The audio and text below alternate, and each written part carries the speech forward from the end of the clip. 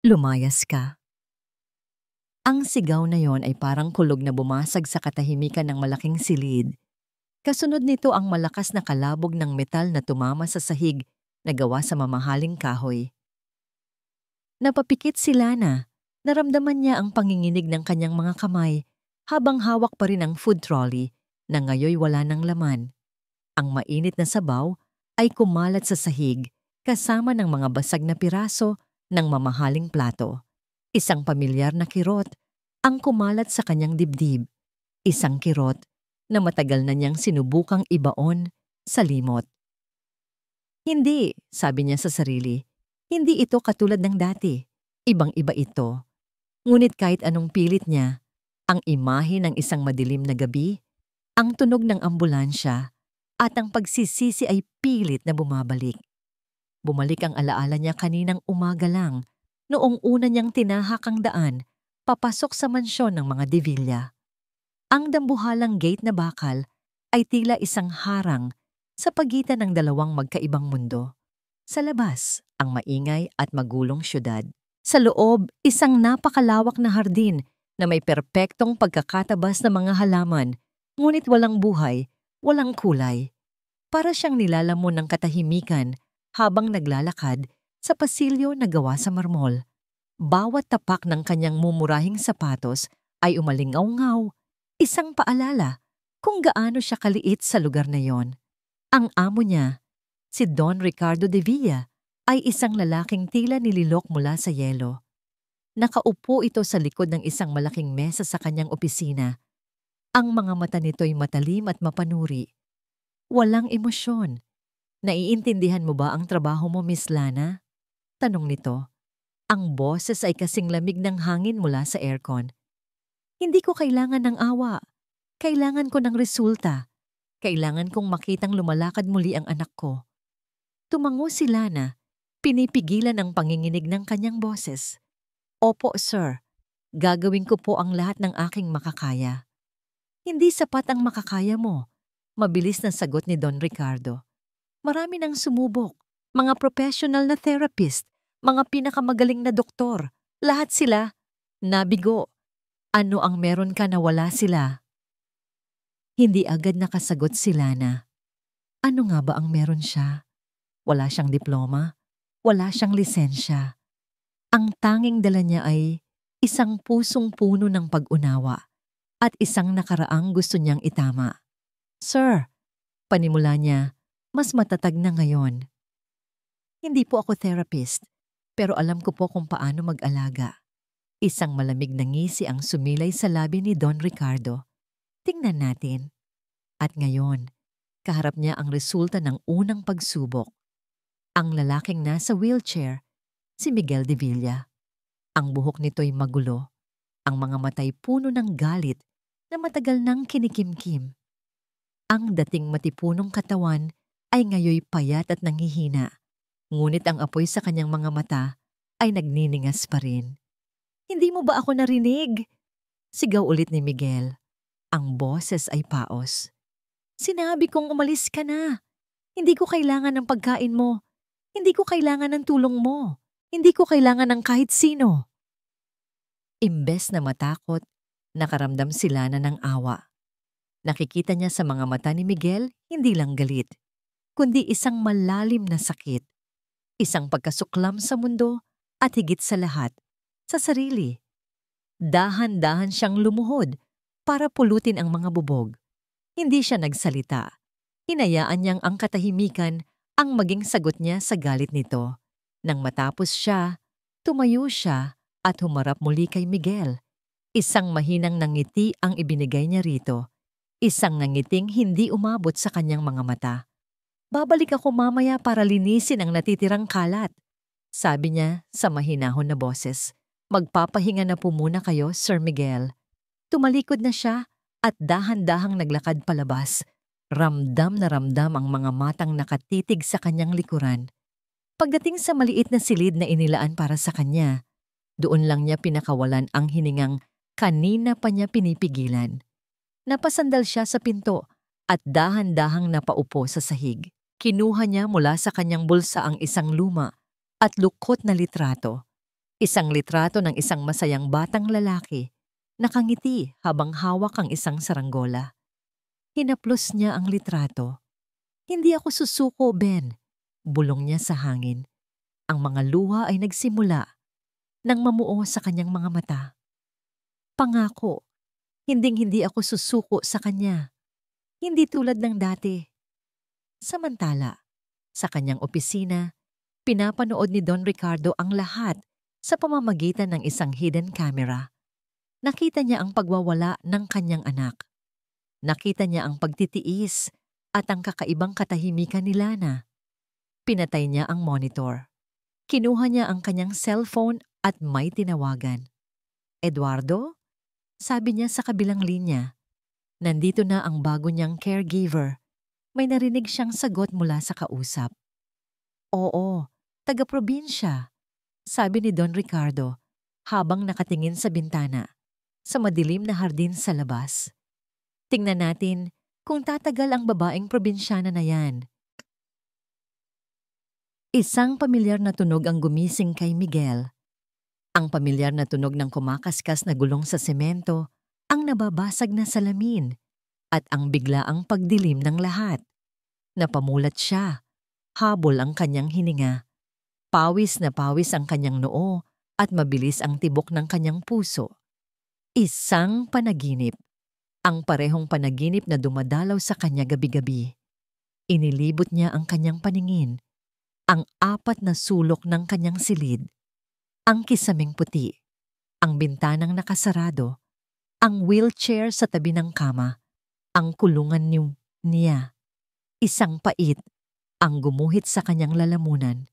Naalala niya ang dati. Ang panahon na ang una niyang nakikita sa umaga ay ang sikat ng araw sa dalampasigan. Ang panahon na ang una niyang ginagawa ay ang tumakbo, mag-surf, mabuhay. Ngayon, ang una niyang nararamdaman sa bawat umaga ay ang mga binti niyang walang buhay, walang pakiramdam, walang silbi. Biglang bumukas ang pinto. Pumasok ang babaeng probinsyana. Ano nga ulit ang pangalan nito? Hindi niya matandaan. Hindi mahalaga. Magandang umaga po, Sir Miguel. Sabi nito sa isang boses na pilit pinapasigla. Dala na naman nito ang isang tray ng pagkain. Sumimangot si Miguel. Anong maganda sa umaga? Hindi na tinag ang babae. Inilapag nito ang tray sa lamesa sa tabi niya. Oras na po para sa almusal. Hindi ako gutom.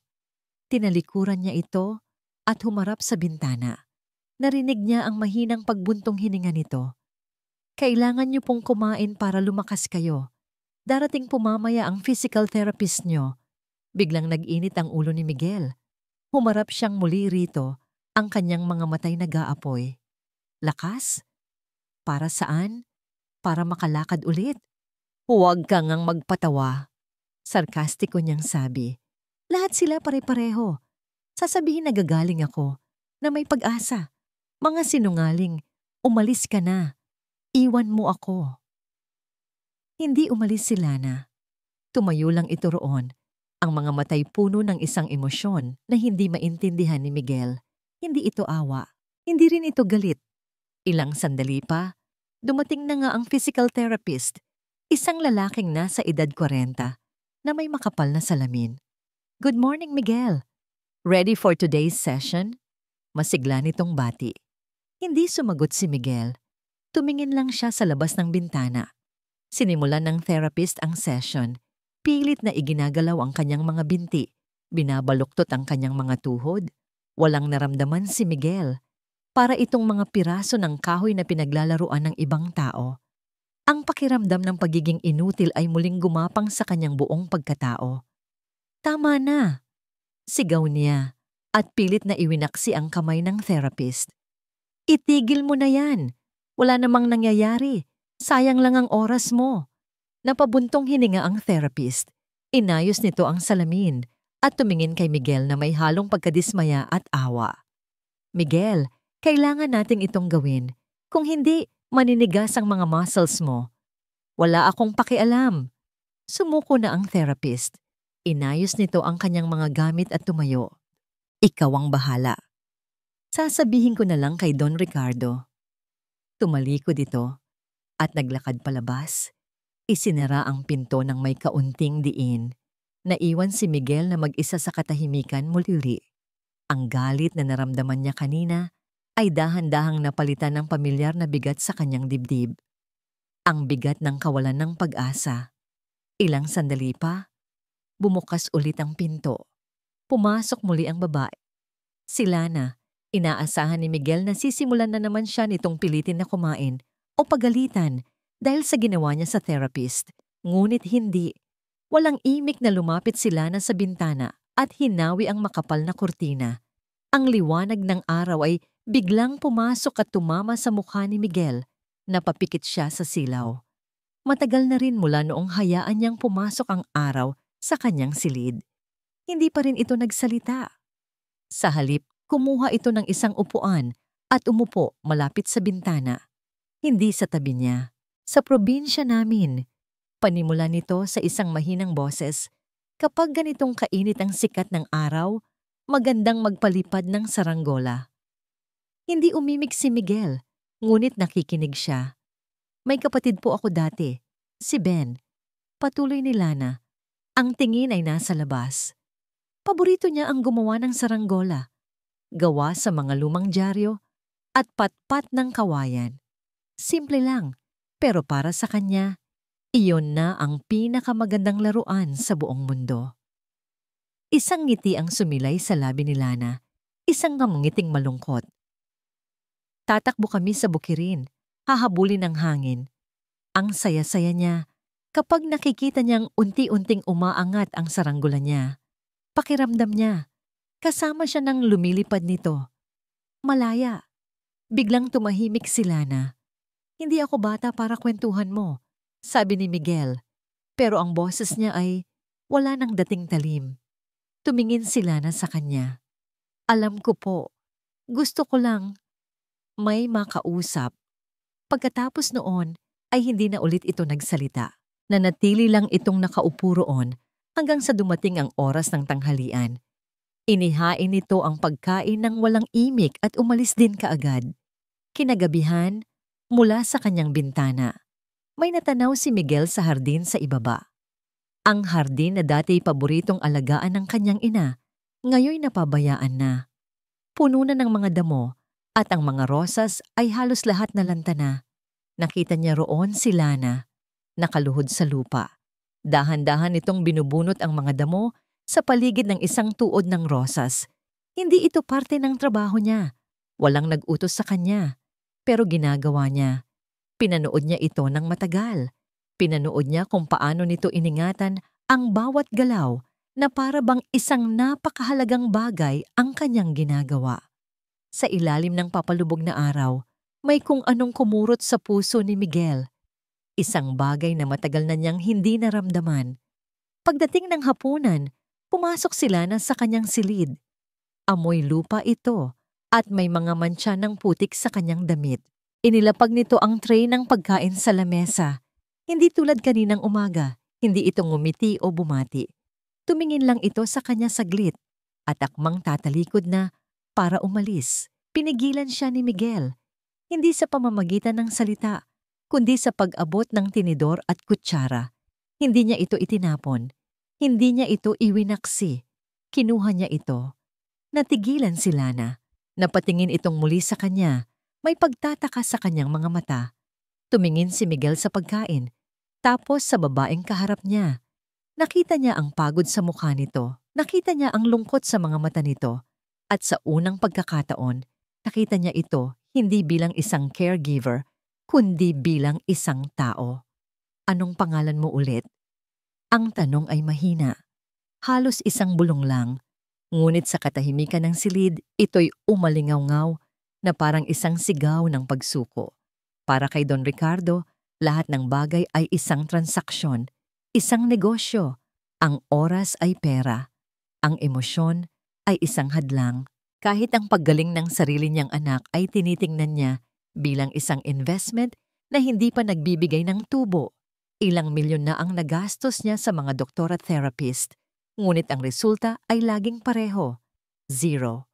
Kaya naman, ang pagdating ni Lana, ay isa lamang panibagong variable sa isang depektibong equation.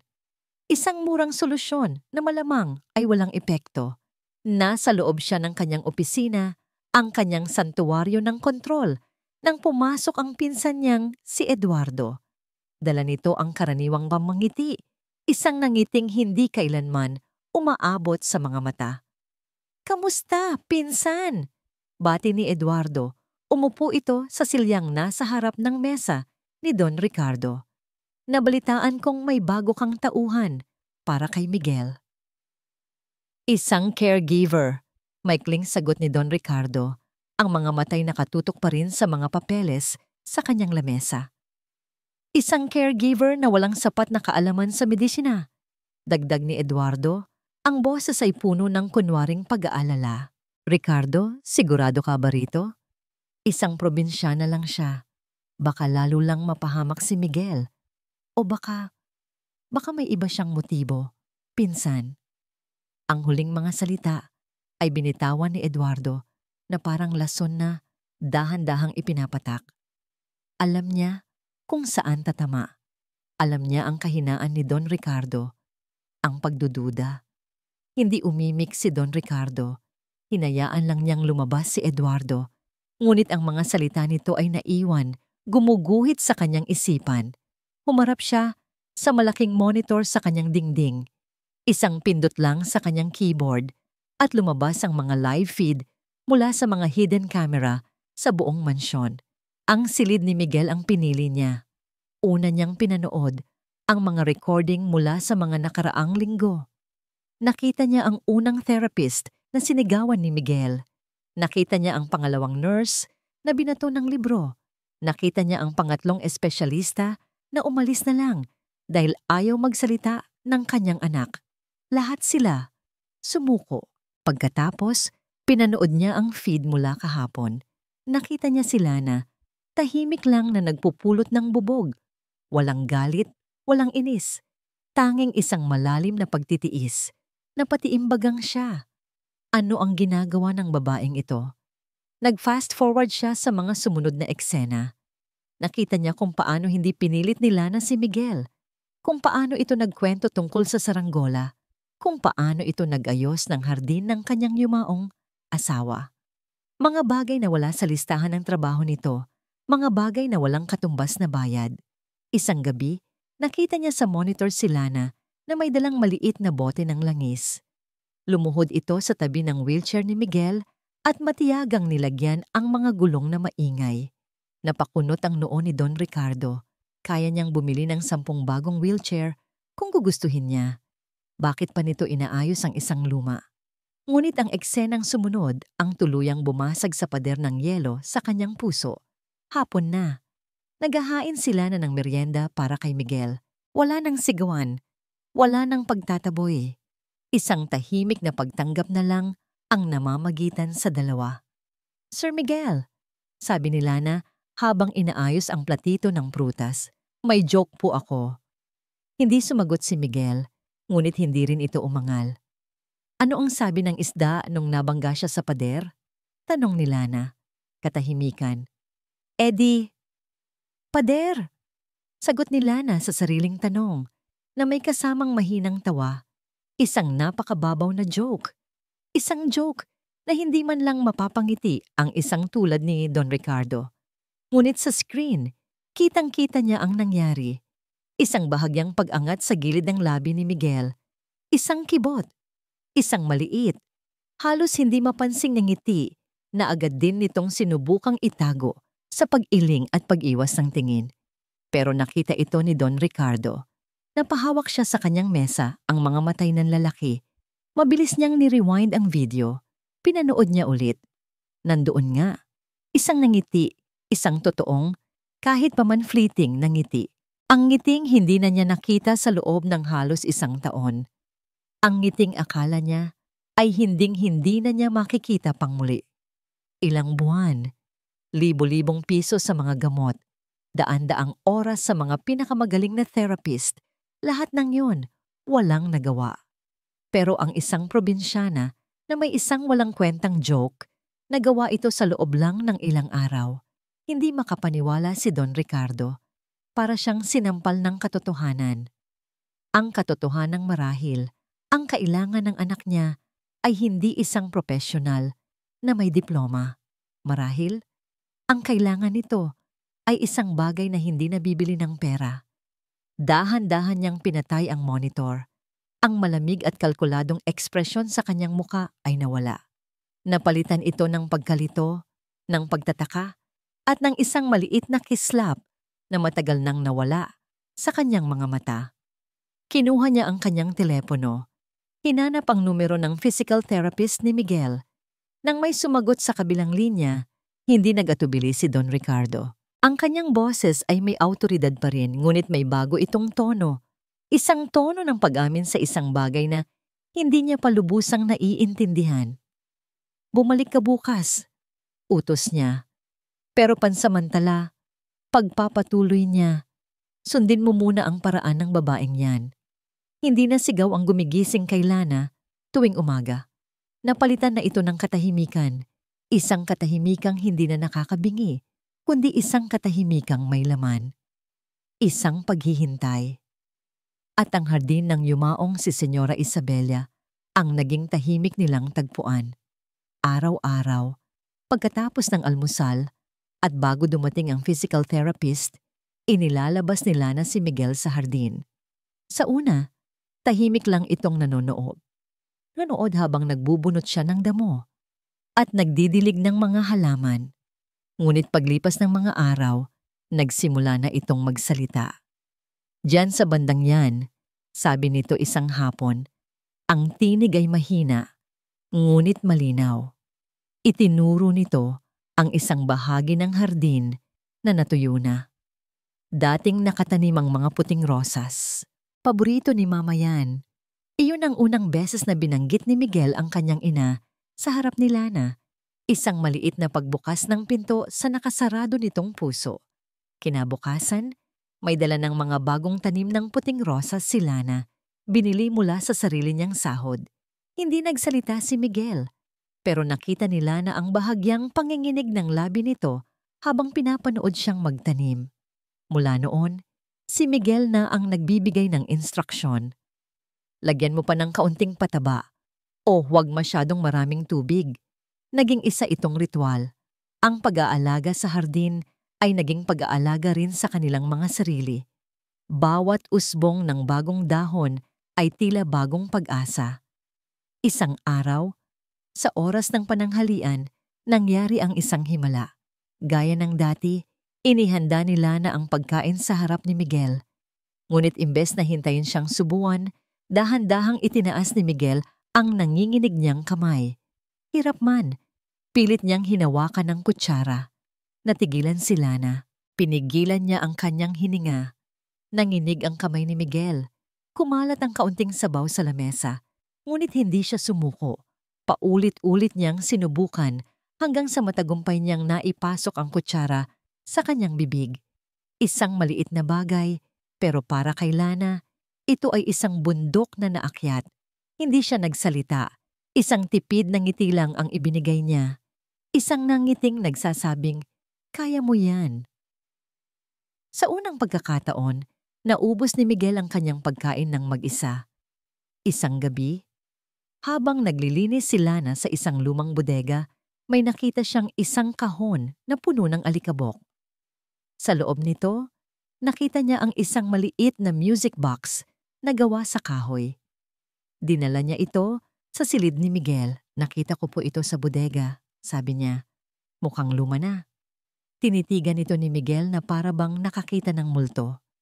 Kay Mama yan. Binuksan ito ni Lana. Isang malambing at malungkot na himig ang pumuno sa silid. Ang himig ng kahapon. Nakita ni Lana kung paano unti-unting nagbago ang anyo ni Miguel. Ang pader na matagal niyang itinayo ay gumuho. Ang galit sa kanyang mga mata ay napalitan ng isang napakalalim na lungkot. At pagkatapos, isang butil ng luha ang pumatak mula sa kanyang mata.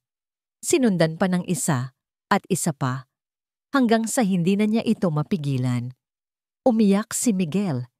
Hindi isang yak ng bata. kundi isang iyak ng isang lalaking pagod nang magpanggap na malakas. Hindi lumapit si Lana. Hindi siya nagsalita. Hinayaan lang niya ang musika at ang mga luha na punan ang katahimikan. Binigyan niya si Miguel ng espasyo para damhin ang sakit na matagal na nitong itinatago. At sa sandaling iyon, naintindihan ni Lana, ang sakit ni Miguel ay hindi lang nasa kanyang mga binti, nasa puso niya, nasa alaala ng isang inang nawala. Ngunit habang ang isang uri ng paghilom ay nagsisimula sa mansyon, isang bagyo naman ang namumuo sa labas.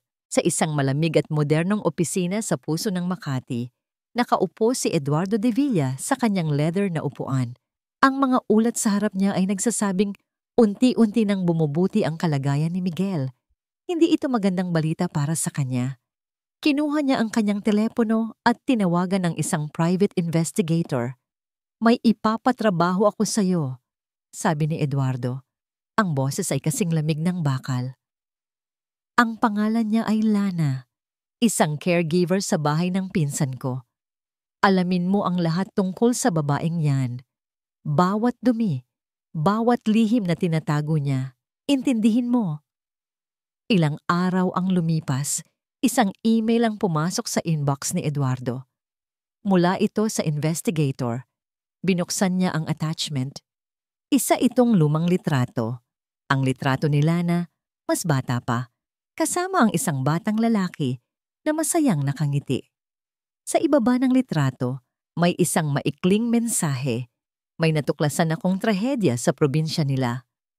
Para kay Don Ricardo, ang kontrol ay kapayapaan. Kapag ang lahat ng bagay ay naayon sa kanyang plano, doon lamang siya nakakaramdam ng kapanatagan. At sa mga nakalipas na linggo, sa unang pagkakataon, sa loob ng isang taon, unti-unti niyang nararamdaman ang kapayapaang yon. Ang paggaling ni Miguel, kahit pa man mabagal, ay isang patunay na nasa tamang direksyon ang lahat. Ang tawa na paminsan-minsan niyang naririnig mula sa hardin, ang mga ulat ng therapist na nagsasabing mas kooperatibo na si Miguel. Lahat ng yon ay musika sa kanyang pandinig. Aminin man niya o hindi, ang lahat ng ito ay dahil kay Lana. Isang hapon, habang nagkakape siya sa kanyang opisina, pumasok si Eduardo. May dala itong isang folder at ang mukha nito ay may bahid ng pekeng pag-aalala. "Pinsan, pasensya na sa abala," sabi ni Eduardo. "Pero may isang bagay kang dapat malaman. Tungkol ito sa caregiver ni Miguel." Ibinaba ni Don Ricardo ang kanyang tasa. "Anong tungkol sa kanya?" Maingat na inilapag ni Eduardo ang folder sa lamesa. Binuksan niya ito at inilabas ang isang lumang news clipping mula sa isang lokal na dyaryo sa probinsya. Ang headline? "Batang lalaki, nalunod matapos mahulog sa ilog." Napakunot ang noo ni Don Ricardo. Tiningnan niya ang litrato sa artikulo. Isang pamilyar na mukha ang nakita niya. Si Lana, umiiyak habang inaalo ng mga kapitbahay. "Ano ito, Eduardo?" tanong ni Don Ricardo. Ang boses ay nagsisimula ng tumigas. "Ang batang nalunod," paliwanag ni Eduardo. Ang boses ay puno ng awa na halatang hindi totoo. "Ay ang nakababatang kapatid ni Lana, si Ben." Natigilan si Don Ricardo. Isang malaking trahedya, pagpapatuloy ni Eduardo. Pero ang mas malungkot na parte ng kwento, pinsan, ay kung nasaan si Lana noong nangyari iyon. Ayon sa mga nakausap ng investigator ko, nasa Maynila raw siya noon. Umuwi lang siya para sa burol. Bawat salita ni Eduardo ay parang isang patak ng asido, dahan-dahang tumutulo at sumisira sa pundasyon ng tiwalang nagsisimula nang mabuo sa puso ni Don Ricardo. Iniwan niya ang pamilya niya, ang kapatid niyang may sakit daw noon, para makipagsapalaran dito sa syudad. At pagkatapos, nangyari ang aksidente. Tinitigan ni Don Ricardo si Eduardo, naghihintay sa susunod na sasabihin. "Hindi ko sinasabing masama siyang tao," sabi ni Eduardo. Itinaas ang kanyang mga kamay na para bang sumusuko. "Ang sinasabi ko lang, baka ang lahat ng ito," ikinumpas niya ang kamay, tumutukoy sa buong mansyon. Ang lahat ng pag-aalaga niya kay Miguel ay para lang sa sarili niya. Isang paraan para pagbayaran ang pagkukulang niya sa kapatid niya. Ginagawa niyang pamalit si Miguel. Ginagawa niyang pamalit si Miguel. Ang mga salitang iyon ay tumatak sa isipan ni Don Ricardo. Bigla niyang naalala ang sarili niyang nakaraan. Ang asawa niyang si Isabela. Kung paanong ang lahat ng ibinigay niyang material na bagay ay hindi sapat para punan ang kakulangan niya bilang asawa. Ang takot na nagkamali siya noon ay ang parehong takot na bumabalot sa kanya ngayon, ang takot na maloko. Ang takot na ang kabaitang ipinapakita sa kanya ay may kapalit. Nang gabing iyon, pinuntahan niya si Lana sa kusina. "Totoo ba?" tanong niya. Walang paligoy-ligoy. "May kapatid kang namatay?" Nakita niya ang gulat sa mga mata ni Lana. Ang kulay sa mukha nito ay biglang nawala. Sir? Sagutin mo ako, Lana. Totoo ba?" Dahan-dahang tumango si Lana. Ang mga matay nagsimula ng mamasa. Opo, sir." "At nasaan ka noong nangyari iyon?" Dito na napayuko si Lana. Ang tanong na yon, ang kutsilyong laging nakatarak sa kanyang puso. Nasa Maynila po." "Bakit?" Hindi makasagot si Lana. Paano niya ipapaliwanag ang buong kwento? Ang pangarap niya? Ang pangakong babalikan niya ang kapatid niya? Ang pagsisisi na habang buhay niyang dadalhin? Ang mga salita ay hindi lumalabas. Tanging mga hikbi lang. Hindi po totoo yan. Iyon lang ang paulit-ulit niyang nasabi sa gitna ng kanyang pag-iyak. Hindi po ganyan. Ngunit para kay Don Ricardo, ang mga luha ni Lana ay hindi natanda ng katapatan. Isa na itong pagkumpirma sa kanyang mga hinala. Isang pag-amin ng kasalanan. Mula sa bintana ng kusina, natanaw niya ang hardin. Nakita niya roon si Miguel, nakaupo sa kanyang wheelchair, masayang dinidiligan ang mga puting rosas. Nakita niya ang ngiti nito. Ngunit ngayon, ang ngiting iyon ay hindi na nagdudulot ng saya sa kanya. Para itong isang patunay ng panlilinlang. Ang anak niya, na akala niya'y gumagaling, ay isa lang palang biktima ng isang babaeng ginagamit ito para sa sariling emosyonal na pangangailangan.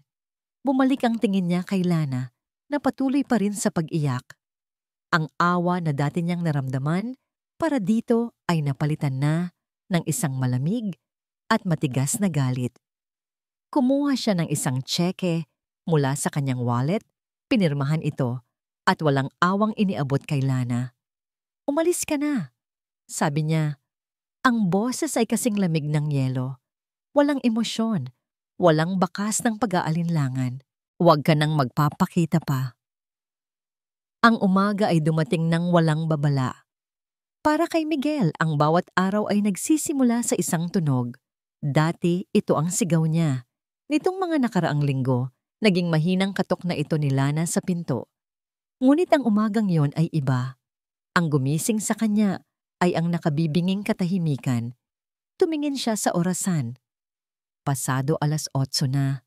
Wala pa ang almusal niya. Wala pa si Lana. Sumimangot siya. "Lana?" Tawag niya. Ang boses ay medyo mas malakas kaysa sa inaasahan niya. Walang sumagot. "Lana," ulit niya, mas malakas na ngayon. Bumukas ang pinto, ngunit hindi si Lana ang pumasok. Isa sa mga matagal ng kasambahay, si Manang Celia, ang pumasok na may dalang tray. "Manang, nasaan si Lana?" Agad na tanong ni Miguel. Nakayuko si Manang Celia. Inilapag nito ang tray sa lamesa at hindi tumingin ng diretso kay Miguel. "Umalis na po siya, Sir Miguel." Parang isang suntok sa sikmura ang naramdaman ni Miguel. Umalis? Anong umalis? Saan siya nagpunta? Pinaalis na po siya ni Sir Ricardo kagabi. Pautal-utal na sagot ni Manang Celia, halatang takot. Isang malamig na kuryente ang gumapang sa buong katawan ni Miguel. Hindi. Imposible. Bakit? Bakit daw? Tanong niya. Ang boses ay nagsisimula ng tumaas. Hindi ko po alam, sir. Tawagin mo ang papa ko. Ngayon din, sigaw ni Miguel. At sa sobrang lakas ay narinig ito sa buong pasilyo. Ilang sandali lang, pumasok si Don Ricardo sa silid. Ang muka ay blanko at walang emosyon na para bang walang nangyari. Papa, ano to? Bakit mo pinaalis si Lana? Hysterical na tanong ni Miguel. She's no longer needed. Kalmadong sagot ni Don Ricardo. Hahanap tayo ng mas magaling. Isang totoong profesional. Professional. Tumawa si Miguel ng mapait. Sila ba ang nagtanim ulit ng rosas ni Mama? Sila ba ang nag-ayos ng wheelchair ko? Sila ba ang nagparamdam sa akin na natao pa ulit ako? Miguel, hindi mo naiintindihan. Ako ang hindi nakakaintindi. O ikaw! Putol ni Miguel. Ang boses ay basag na sa galit at sakit. Sa unang pagkakataon, pagkatapos ng mahabang panahon, tinawag niya ang kanyang ama sa paraang hindi niya kailanman ginawa. Papa. Ang salitang iyon ay tumama kay Don Ricardo na parang bala. Puno ito ng hinanakit, puno ng pagkabigo. Pera lang ang alam niyo.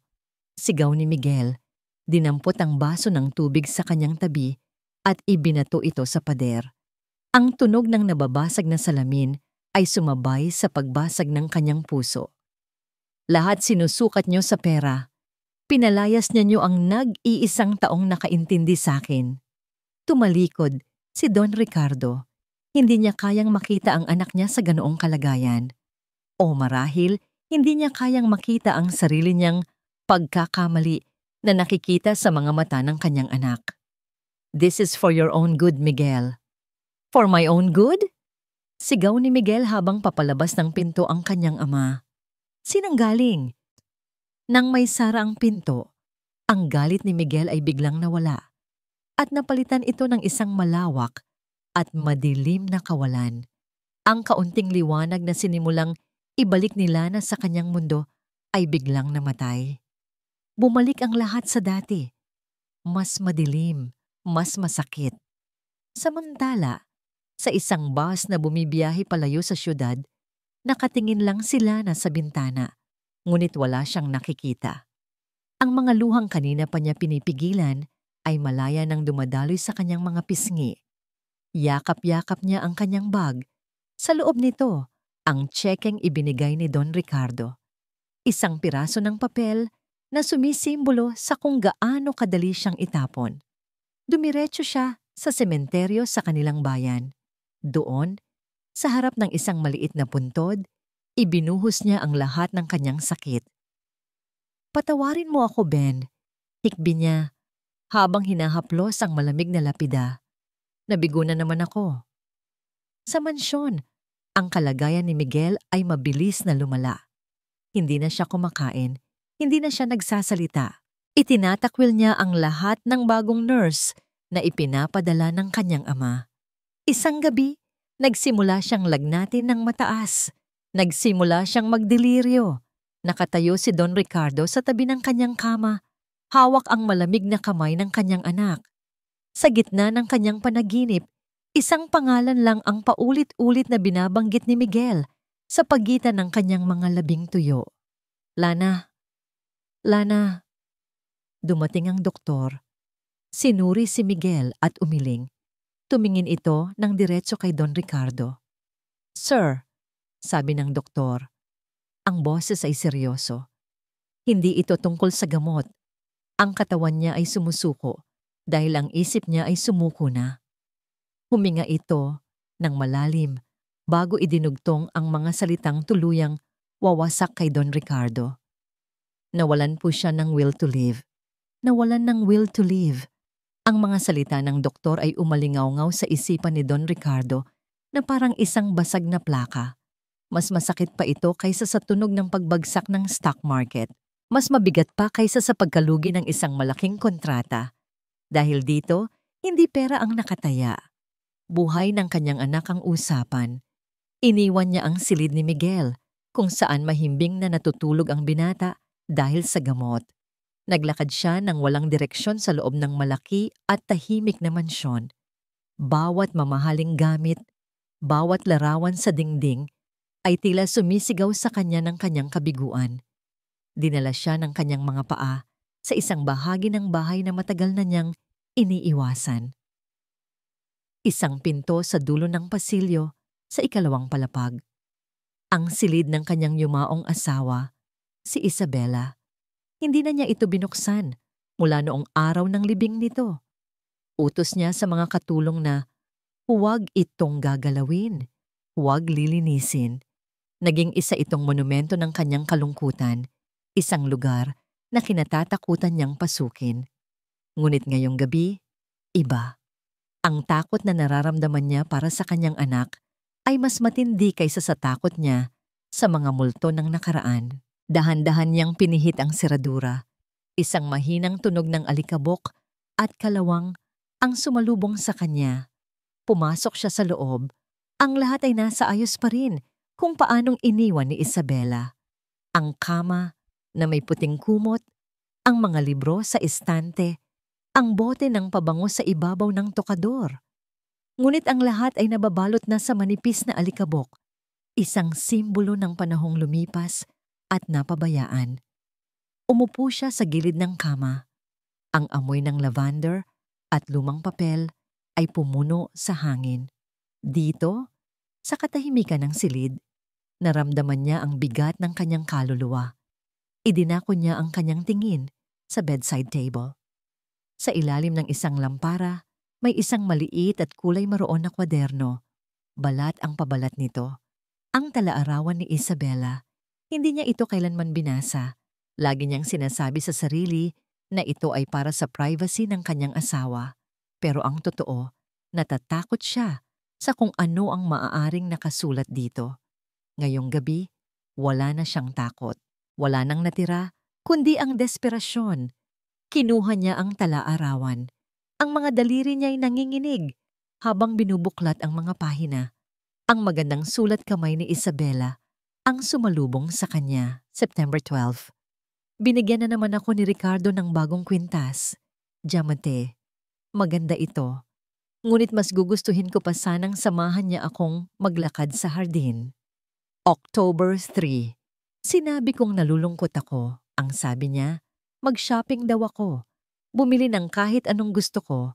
Ang hindi niya maintindihan, ang gusto ko lang ay ang oras niya. Patuloy siyang nagbasa. Bawat pahina ay isang sampal. Bawat salita ay isang patalim na tumutusok sa kanyang konsensya. Ang mga pahina ay puno ng kalungkutan, ng pag-iisa, ng isang babaeng mayroon ng lahat ng bagay sa mundo, maliban sa isa na pinakamahalaga. Hanggang sa umabot siya sa isang entry na may petsang malapit sa araw ng pagkamatay nito.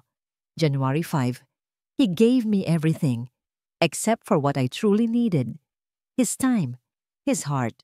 Ang mansyon na ito ay isang magandang hawla. At ako ang ibon na may mga gintong pakpak pero hindi makalipad. Unti-unti, nauubos ang hangin. Hindi na ako makahinga. At ang huling entry, isinulat ilang araw bago ito natagpuang wala ng buhay. January 18, napapagod na ako. Sinubukan kong lumaban, pero mag-isa lang ako. Mahal ko si Ricardo. Mahal na mahal. Pero minsan, ang pagmamahal ay hindi sapat. Bagsak ang mga balikat ni Don Ricardo. Nabitawan niya ang talaarawan, ang mga luha na matagal na niyang hindi ipinapakita sa kahit sino ay malayang umagos mula sa kanyang mga mata. Hindi sakit sa puso ang pumatay sa kanyang asawa. Siya, ang kanyang kapabayaan, ang kanyang pagiging manhid, ang kanyang paniniwala na ang lahat ay kayang ayusin ng pera. At ngayon, pera lang ang alam niyo. Ang sigaw ni Miguel ay bumalik sa kanya. Malinaw na malinaw. Inuulit niya ang kasaysayan. Ang pagkakamaling kumitil sa buhay ng kanyang asawa ay ang parehong pagkakamaling unti-unting pumapatay sa kanyang anak. Pinalayas niya si Lana, ang nag-iisang tao na nagbigay kay Miguel ng bagay na hindi niya kayang ibigay. Isang tunay na koneksyon, isang tunay na pag-aalaga. Ginawa niya ito dahil sa pagdududa, dahil sa pride. Tumingin siya sa salamin na puno ng alikabok.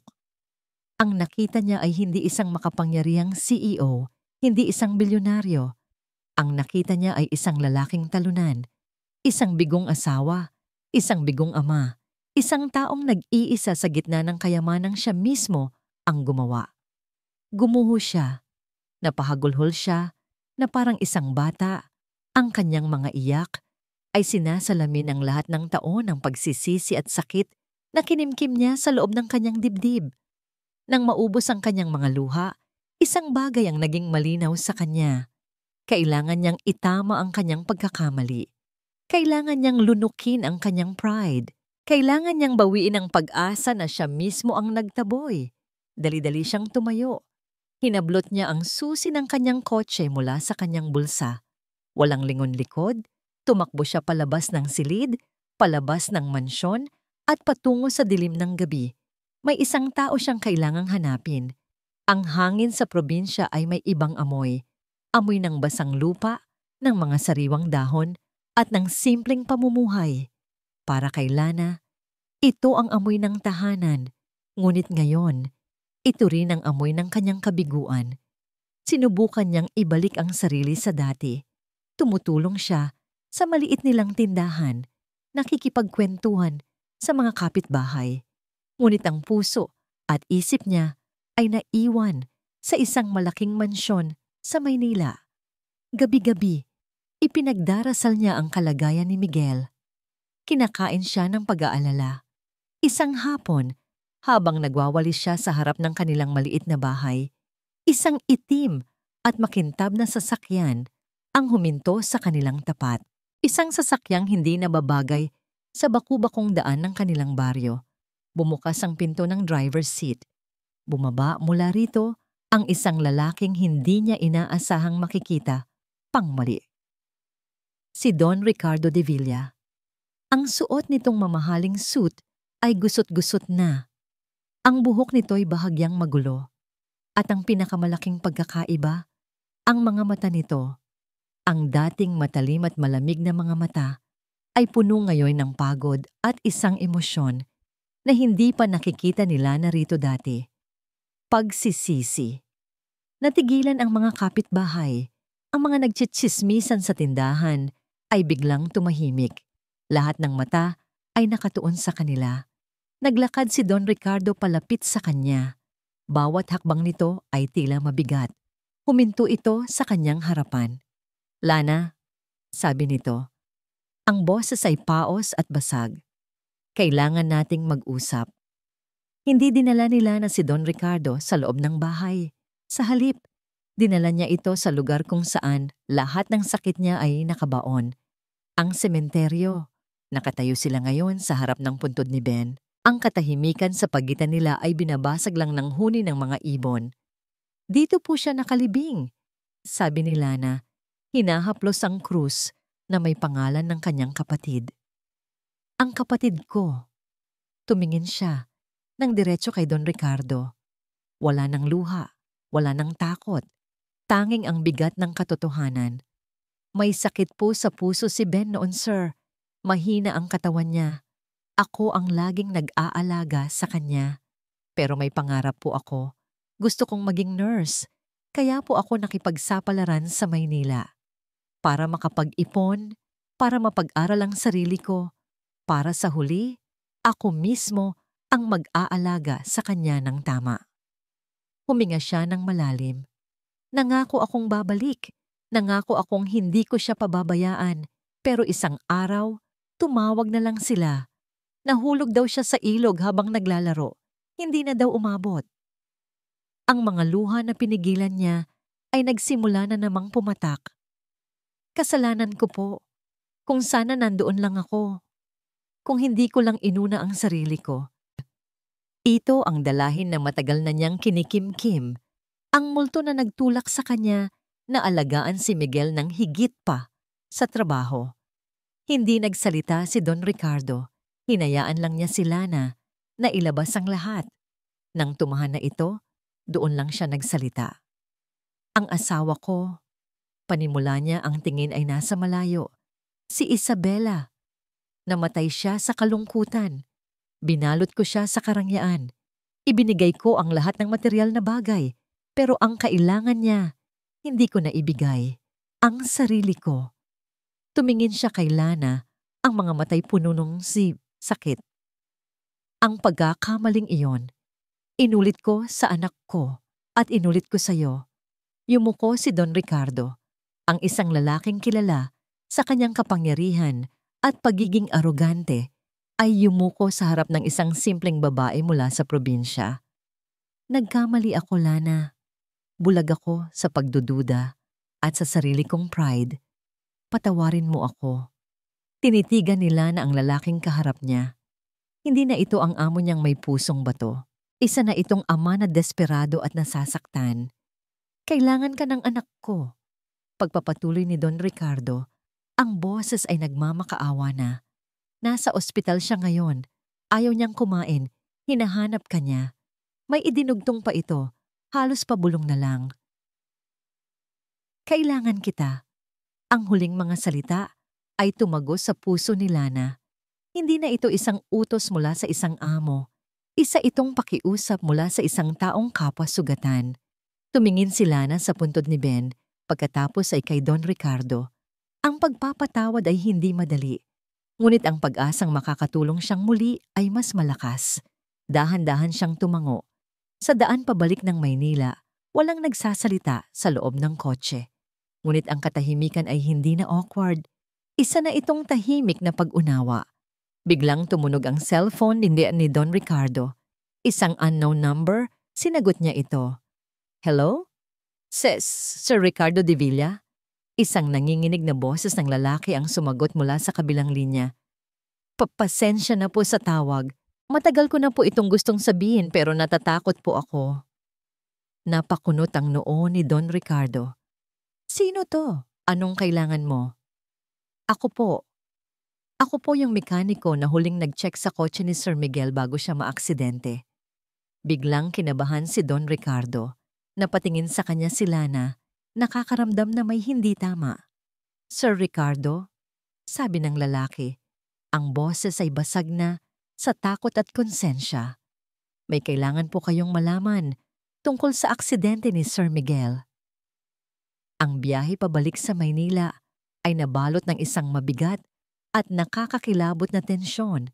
Hinawakan ni Don Ricardo ang manibela na parang doon nakasalalay ang kanyang buhay. Ang bawat salita ng mekaniko ay umuukit sa kanyang isipan. Hindi po yun aksidente, sir. May nag-utos po sa akin na luwagan ang brake line. Patawarin niyo po ako, sir. Tinakot niya po ang pamilya ko. Napilitan siyang itabi ang sasakyan sa isang madilim na bahagi ng highway. Ang kanyang mga kamay ay nanginginig. Ang paghinga niya ay mabigat. Sir, anong nangyari? Nag-aalalang tanong ni Lana. Tumingin si Don Ricardo sa kanya. Ang kanyang mga mata ay nanlalaki sa isang emosyon na hindi pa nakikita ni Lana dati. Purong takot na may halong matinding galit. Ang aksidente ni Miguel, sabi niya. Ang boses ay garalgal. Hindi iyon aksidente. Pinakilala ni Don Ricardo si Lana bilang isang personal nurse para makapasok sila sa ospital kahit 10 oras na ng gabi. Naabutan nila si Miguel na natutulog pa rin. Ang mukha ay payapa dahil sa gamot. Ngunit ang kapayapaang iyon ay tila isang insulto sa bagyong namumuo sa dibdib ni Don Ricardo. Iniwan nila ang isang private nurse para magbantay at umuwi sila sa mansyon. Kailangan nilang makahanap ng isang lugar kung saan sila makakapag-usap ng walang makakarinig.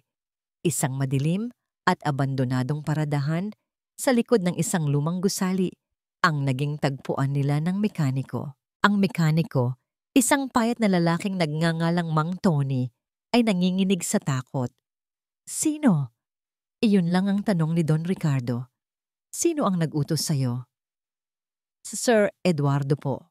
Sagot ni Mang Tony, halos hindi na marinig. Si Sir Eduardo de Villa. Kung may natitira pang lakas si Don Ricardo, nawala na ito nang marinig ang pangalan. Eduardo. ang kanyang pinsan, ang taong pinagkatiwalaan niya.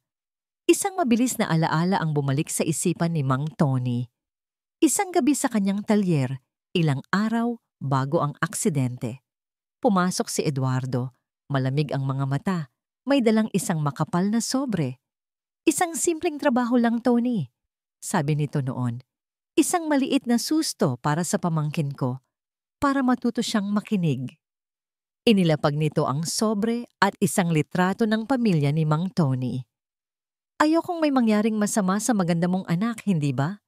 Pagkatapos marinig ang lahat, umuwi sila ni Lana sa mansyon. Ang bahay na dati simbolo ng kapangyarihan ay tila naging isang malaking crime scene. Kailangan ko ng pruweba, sabi ni Don Ricardo, naglalakad pabalik-balik sa kanyang opisina. Kailangan ko ng matibay na ebidensya.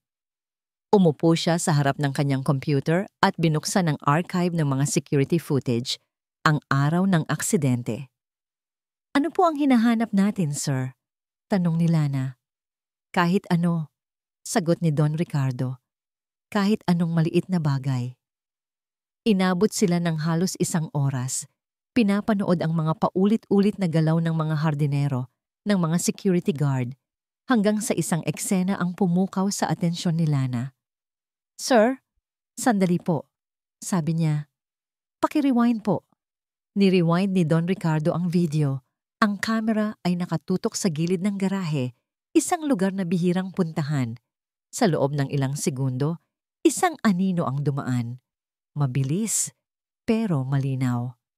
Paki-zoom in po, utos ni Lana. Pinahusay ni Don Ricardo ang imahe. Kahit malabo, nakilala nila ito. Ang tindig, ang paraan ng paglakad, ang suot na mamahaling relo.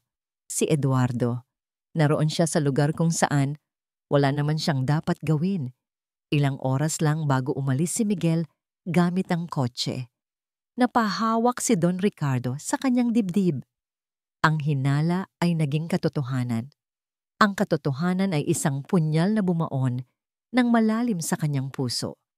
Ang taong tinuring niyang kapatid, ang taong kasama niyang nagpalaki ng kumpanya, ang dumurog sa kinabukasan ng sarili niyang anak. Napaupo siya sa kanyang silya.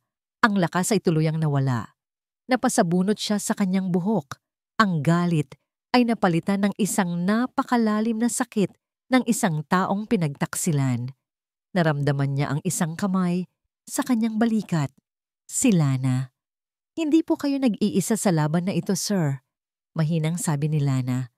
Sa pagkakataong yon, hindi na siya isang caregiver. Isa na siyang kaalyado. Isang karamay. Sa labas ng pinto ng opisina, na bahagyang nakaawang, nakatigil ang isang wheelchair. Umuwi na si Miguel mula sa ospital. Pinilit niya. Ayaw na niyang manatili roon. Hinahanap niya ang kanyang ama. Narinig niya ang mga boses mula sa opisina. Akala niya, nag-uusap lang ang mga ito tungkol sa negosyo. Ngunit narinig niya ang lahat. Narinig niya ang pangalan ng kanyang tiyo Eduardo. Narinig niya ang salitang preno. Narinig niya ang salitang aksidente. Ang mga piraso ng palaisipan ay biglang nabuo sa kanyang isipan. Ang pagiging sobrang bait ng kanyang tiyuhin pagkatapos ng aksidente. Ang mga regalo, ang mga pag-aalala. Lahat peke, lahat kasinungalingan. Ang lalaking tinuring niyang pangalawang ama, ang taong laging nakangiti sa kanya. Siya pala, ang tunay na halimaw. Napakuyom ang mga kamao ni Miguel. Ang mga kamay na dati nanghihina ay biglang nagkaroon ng lakas. Ang mga matang dati puno ng kawalan ng pag-asa ay nag-aapoy ngayon sa isang bagong damdamin. Hindi na ito lungkot. Hindi na ito galit sa mundo. Ito ay galit na may isang pangalan at isang mukha. Ang hapagkainan ng mga De Villa ay laging malamig at formal. Isang mahabang mesa na gawa sa mahogany, mga kubyertos na pilak, at mga pagkaing masarap tingnan, ngunit walang lasa dahil sa katahimikang namamagitan sa mga kumakain. Ngunit ang gabing iyon, ang lamig ay may kasamang kaba. Inimbitahan ni Don Ricardo si Eduardo para sa isang family dinner. Isang paraan niya para magpasalamat sa lahat ng tulong nito Habang nasa ospital si Miguel, pumayag agad si Eduardo. Dala ang kanyang karaniwang ngiti na puno ng pagkukunwari. Nasa kabisera ng mesa si Don Ricardo. Ang muka ay kalmado na parang isang dagat bago ang bagyo. Sa isang gilid ay si Eduardo. At sa tapat nito, nakaupo sa kanyang wheelchair, si Miguel.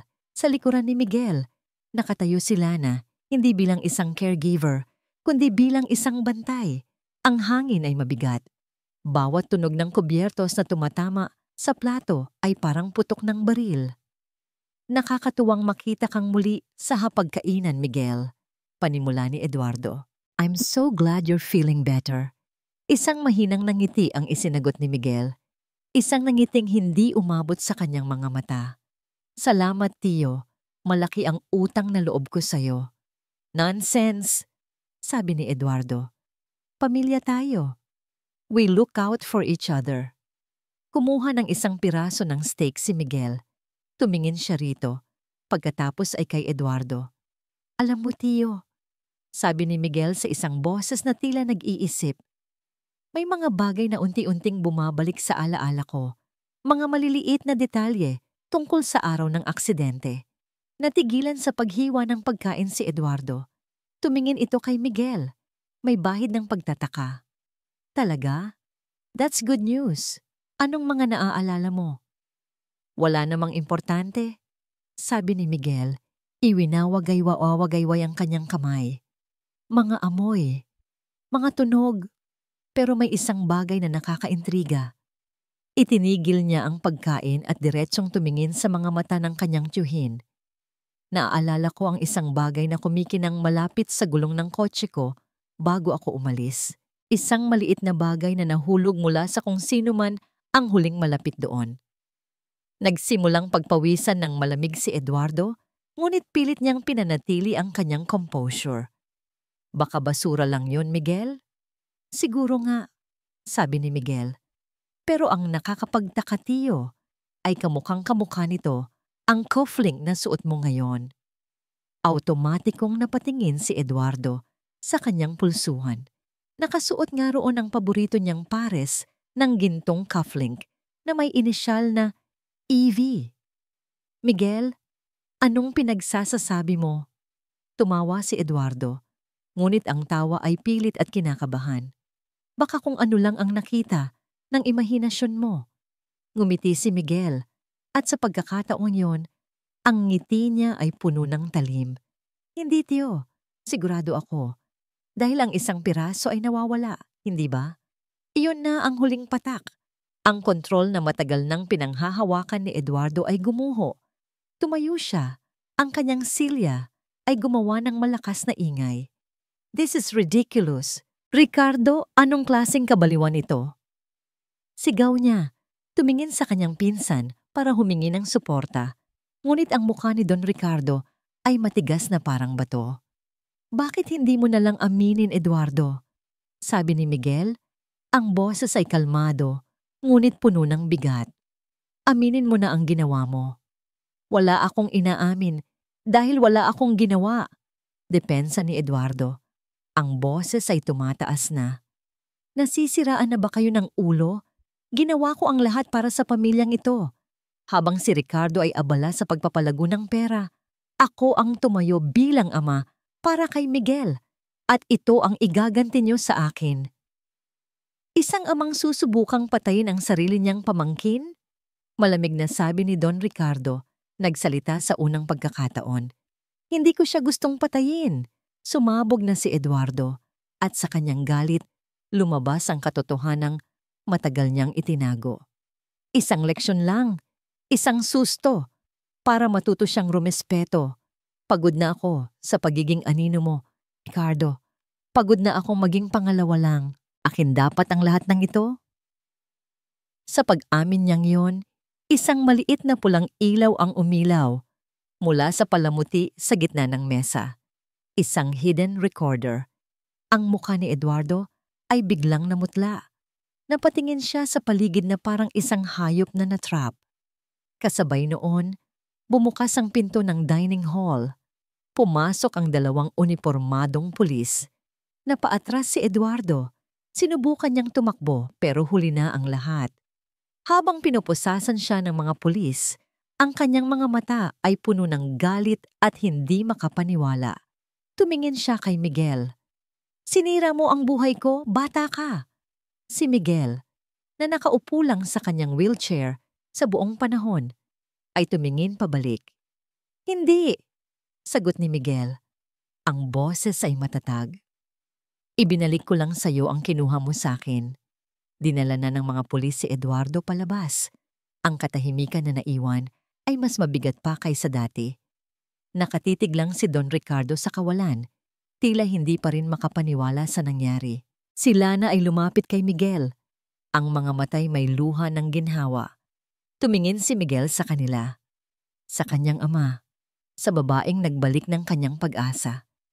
Humawak siya ng mahigpit sa braso ng kanyang wheelchair. Ginamit niya ang lahat ng natitirang lakas sa kanyang mga braso at itaas na katawan. "Tulungan niyo akong tumayo," sabi niya. Ang kanyang boses ay nanginginig hindi dahil sa kahinaan, kundi dahil sa determinasyon. "Tulungan niyo akong tumayo." Ang balita tungkol sa pag-aresto kay Eduardo de Villa ay sumabog na parang isang bomba sa mundo ng negosyo at alta sosyedad. Ang pangalan ng mga de Villa na dati simbolo ng tagumpay ay nabalot sa iskandalo. Ngunit sa loob ng malaking mansyon, sa unang pagkakataon, nahanap nila ang tunay na kapayapaan. Ilang buwan ang lumipas, ang hardin ng mga puting rosas ni Isabela ay mas maganda na ngayon kaysa dati. Dito madalas nagpapalipas ng oras ang tatlo. Si Don Ricardo, si Miguel, at si Lana. Hindi na kailangan ni Miguel ng wheelchair sa lahat ng oras. Sa tulong ng walang sawang physical therapy at ng inspirasyong hatid ni Lana, kaya na niyang tumayo at maglakad nang may suporta ng mga saklay. Bawat hakbang, gaano man kahirap, ay isang tagumpay. Sa halip na itago ang katotohanan, humarap si Don Ricardo sa publiko. Sa isang press conference, inamin niya ang lahat. Ang krimen ng kanyang pinsan at ang sarili niyang mga pagkukulang bilang isang ama. Isang kilos na hindi inaasahan mula sa isang taong tulad niya. Isang kilos ng kababaang loob na naglinis sa kanilang pangalan nang higit pa sa kayang gawin ng kahit sinong abogado. Ngunit ang pinakamalaking pagbabago ay hindi lang yon. Isang hapon, tinipon ni Don Ricardo at Miguel ang mga media, hindi para sa isang press con, kundi para sa isang paglulunsad. Sa hardin mismo ng mansyon, sa harap ng mga kaibigan at taga-suporta, inilunsad nila ang Isabella's Hope Foundation, isang pundasyong nakatuon sa pagtulong sa mga biktima ng aksidente na walang sapat na kakayahang pinansyal para sa kanilang rehabilitasyon. Si Miguel, nakatayo ng tuwid gamit ang kanyang mga saklay, ang nagbigay ng talumpati. Matagal na panahon, panimula niya, ang boses ay matatag at puno ng emosyon na buhay ako sa dilim. Akala ko, ang pagkawala ng lakas ng aking mga binti ay pagkawala na rin ng aking buhay. Pero may isang taong nagturo sa akin na ang tunay na lakas ay hindi nagmumula sa katawan, kundi dito. Itinuro niya ang kanyang puso. Ang pundasyong ito, pagpapatuloy niya, ay hindi lang para sa alaala ng aking ina. Ito ay para sa lahat ng mga taong nawalan ng pag-asa. Isang paalala na kahit sa pinakamadilim na sandali, laging may liwanag. Kailangan mo lang ng isang taong magtuturo sa'yo kung saan titingin. Habang nagsasalita siya, ang kanyang mga mata ay nakahanap ng isang pares ng mga mata sa gitna ng mga tao. Ang mga mata ni Lana. Nakatayo ito sa gilid, tahimik na lumuluha, hindi dahil sa lungkot, kundi dahil sa sobrang pagmamalaki at saya. Pagkatapos ng seremonya, habang abala ang lahat sa pakikipag-usap, lumapit si Miguel kay Lana. "Ang galing mo kanina," sabi ni Lana, pinupunasan ang kanyang mga pisngi. "Hindi ko magagawa yon kung wala ka," sagot ni Miguel. Inabot niya ang kamay ni Lana at mahigpit itong hinawakan. Hindi na ito ang kamay ng isang pasyente at isang caregiver. Ito na ang kamay ng dalawang taong pinag-isa ng sakit, pag-asa at pag-ibig, walang mga salitang kailangan. Sa mga ngiti at titig nila, lahat ay nasabi na. Pinanood sila ni Don Ricardo mula sa malayo. Isang ngiti ang sumilay sa kanyang labi. Isang tunay, mainit at masayang nangiti. Lumapit siya sa kanila. "Maraming salamat, Lana," sabi niya. Ang boses ay puno ng sinseridad. Hindi na Miss Lana o caregiver, pangalan na niya. "Salamat sa pagbalik ng anak ko sa akin." "Ibinalik niyo rin po ang sarili niyo sa kanya, sir," sagot ni Lana. Tumingin si Don Ricardo sa kanyang anak at sa babaeng nagturo sa kanilang pamilya kung paano magmahal muli. Inilagay niya ang kanyang mga kamay sa balikat ng dalawa. Magkasama, pinanood nila ang paglubog ng araw. Ang ginintuang liwanag ay tumama sa mga puting rosas na nagbibigay dito ng isang halos banal na anyo. Ang mansyon sa kanilang likuran ay hindi na isang malamig na istruktura ng bato at salamin. Isa na itong tahanan. Ang kanilang mga anino ay humaba sa damuhan. Ang anino ng isang ama, isang anak, at isang babaeng dumating bilang isang estranghero ngunit naging puso ng kanilang pamilya. Hindi na sila tatlong taong basag. Sila ay buo, magkakasama, nagsisimula pa lang.